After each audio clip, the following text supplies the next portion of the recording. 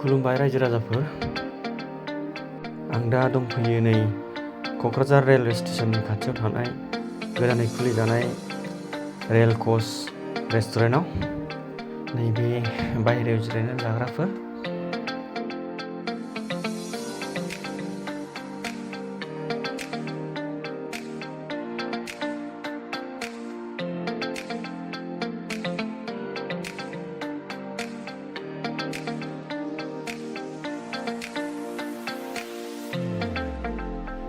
रेलनि फुराना गोग्लैसोनानै थानाय डाब्बाखौनो ओरैबायदि समायना कालारफुल साजायनानै बानायदों, नायदो।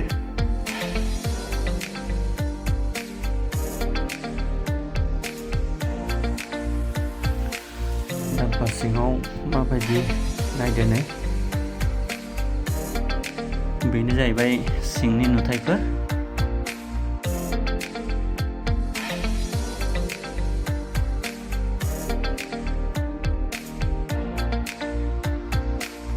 नैबेथिं रेस्टुरेन्टनि संग्रा रुम।